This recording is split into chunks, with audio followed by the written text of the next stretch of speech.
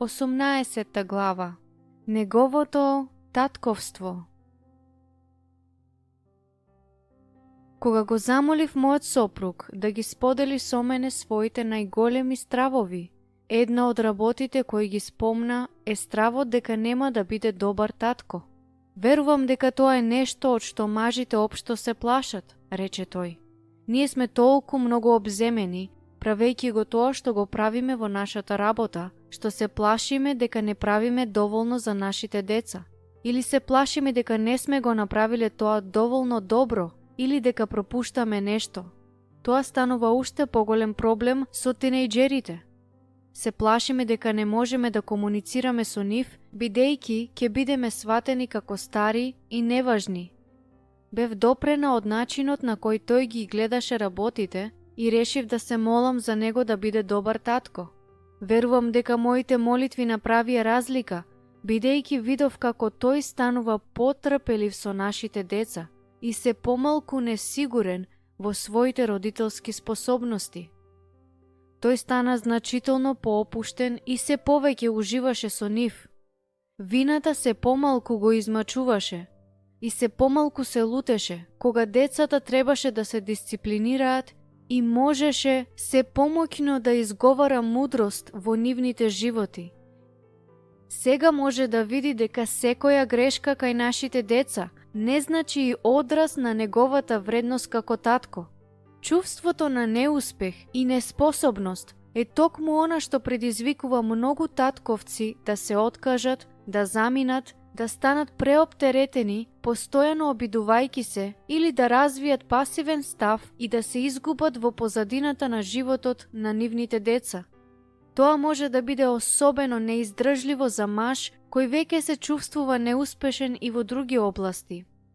И мајките исто така стануваат преоптеретени со чувството на неспособност, но само оние кои се длабоко растроени понекогаш ги напуштаат, ги запоставуваат или ги повредуваат своите деца.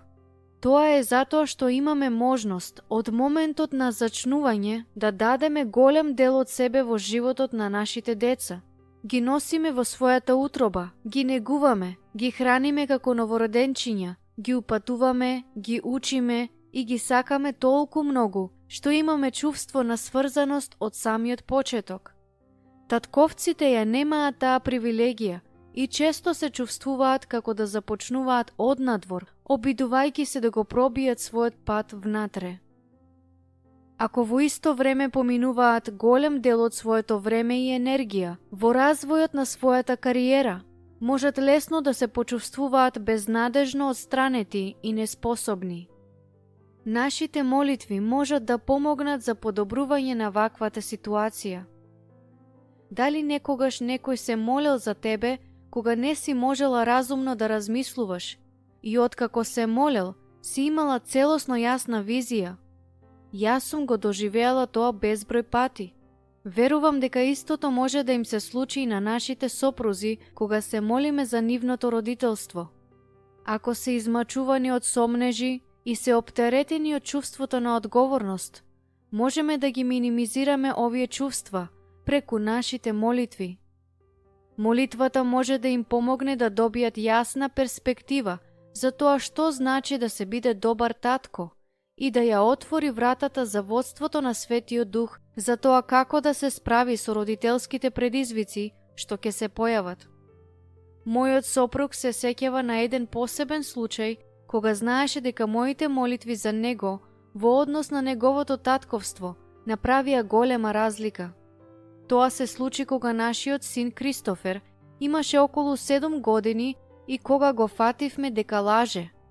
Знаевме дека мораме да се справиме со тоа, но сакавме целосно признание од негова страна, заедно со покајничко срце. Не добивме ништо од тоа. Мајкл сакаше да го научи на лекција, но не знаеше што да прави, па така ме замоли да се молам. Додека се молев, му стана сосема јасно. Додека Кристофер гледаше, Мајкл нацрта еден триаголник и слика на сатаната, Бог и Кристофер во секој од аглите. Потоа му го опиша планот на сатаната за Кристофер и Божиот план за него. Му објасни дека лажењето е дел од планот на сатаната, кој Кристофер го поддржуваше. Потоа детално му ги опиша крајните последици доколку го поддржуваме планот на сатаната, што значеше одвоеност од Бог, а тоа толку го погоди Кристофер, што веднаш се скрши и ја призна лагата со целосно покајничко срце. Мајкл знаеше дека без таа јасна слика од Бог немаше да биде во можност да допре до својот син толку длабоко. Најдобриот начин на кој еден маж може да биде добар татко е да го познава својот небесен татко и да научи да го имитира. Колку повеќе време поминува во Божјото присуство, преобразувајќи се во неговиот лик, толку подобро влијание ќе има кога ќе поминува време со своите деца. Тој ќе има татковско срце, бидејќи го разбира татковското срце. Ова може да биде тешко доколку твојот сопруг немал добар однос со својот земен татко. Начинот на кој еден маж се поврзува со својот земен татко често влијае врз начинот на кој тој се поврзува со својот небесен татко. Ако бил напуштен од него, може да се чувствува напуштен и од Бог. Ако неговиот татко бил ладен или безчувствителен, тој може да го гледа и Бог како ладен и безчувствителен. Ако се сомневал во љубовта на својот татко, може да се сомнева и во љубовта на својот небесен татко. Ако му е лут на својот татко, може да му се лути и на својот небесен татко. Случките од минатото во однос на неговиот татко можат да служат како препрека која ќе го спречува вистински да ја познава љубовта на небесниот татко. Тоа ќе продолжи во неговиот однос со неговите деца.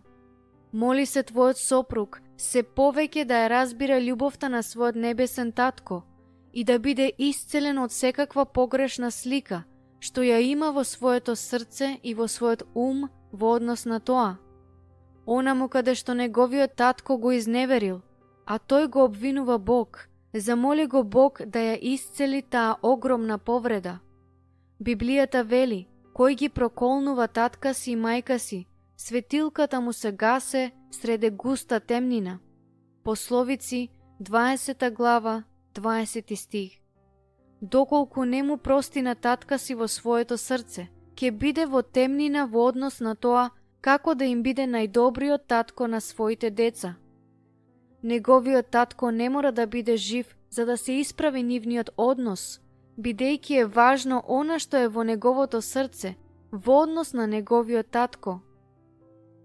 Моли се да добие вистински став спрема својот земен татко, за ништо да не го попречи неговиот однос со неговиот небесен татко. Мажите често не сваќаат колку им значат на своите деца. Понекогаш мислат дека се тука за нив само за да ги обезбедат материјално, но важноста на влијанието на таткото не може никогаш да биде потценета. Начинот на кој тој се поврзува со своите деца ќе го обликува нивниот живот за добро или лошо. Тоа исто така ќе го промени и неговиот живот за секогаш. Бидејќи ако не успее како татко, секогаш ќе го носи тоа чувство на неуспех со себе. А ако успее, нема да постои поголем успех во неговиот живот. Молитва. Господе, научи го името на сопругот, како да биде добар татко, онаму каде што немал пример според твоите стандарди, исцели ги тие области и помогни му да прости на својот татко. Дај му откровение за тебе и глад во неговото срце вистински да те познава како свој небесен татко. Привлечи го за да поминува време во твоето присуство, за да биде посличен на тебе и целосно да го разбере твоето татковско срце, полно со сочувство и љубов спрема него. Создај го во него истото срце за неговите деца. Помогни му да ги урамнотежи милоста, осудувањето и воспитувањето, како што ти тоа го правиш.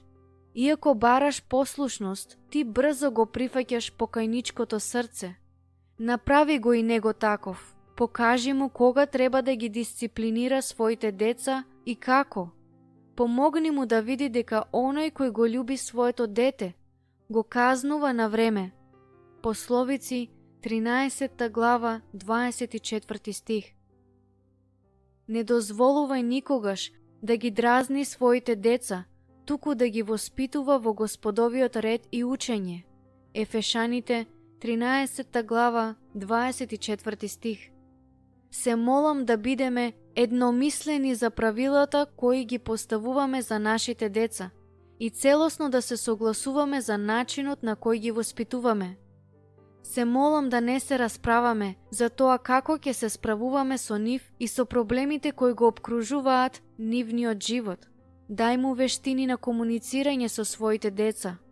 Се молам да не биде строг, напорен, груб, студен, навредлив, некомуникативен, пасивен, слаб, критички настроен, незаинтересиран, невнимателен, несериозен или рамнодушен. Напротив, помогни му да биде добар, полн со љубов, добродушен, пријатен, заинтересиран, чувствителен, вклучен, силен, постојан, доверлив, комуникативен, полн со разбирање и трпелив. Нека ги инспирира своите деца да го почитуваат како нивен татко, за да имаат долг и благословен живот. Господе, знам дека им пренесуваме духовно наследство на нашите деца. Нека наследството кое Тој ќе им го пренесе биде богато во полнотата на Твојот свет дух. Помогни му да биде добар пример за покорност на Твоите закони. Нека ужива со своите деца и нека копне да ги воспита во Твојот ред и учење. Да биде добар татко е нешто кое тој многу го посакува. Се молам да му ја оствариш оваа желба на неговото срце. Мокни алатки. Внучињата се венец за старците, а синовите се слава на нивните татковци. Пословици 17 глава 6 стих. Кого Господ го љуби, него и го изобличува, како таткото синот кого го љуби. Пословици 3 глава 12 стих. Многу се радува таткото на праведникот и кој раѓа мудар син, ќе има милина во него. Пословици 23 глава 24 стих.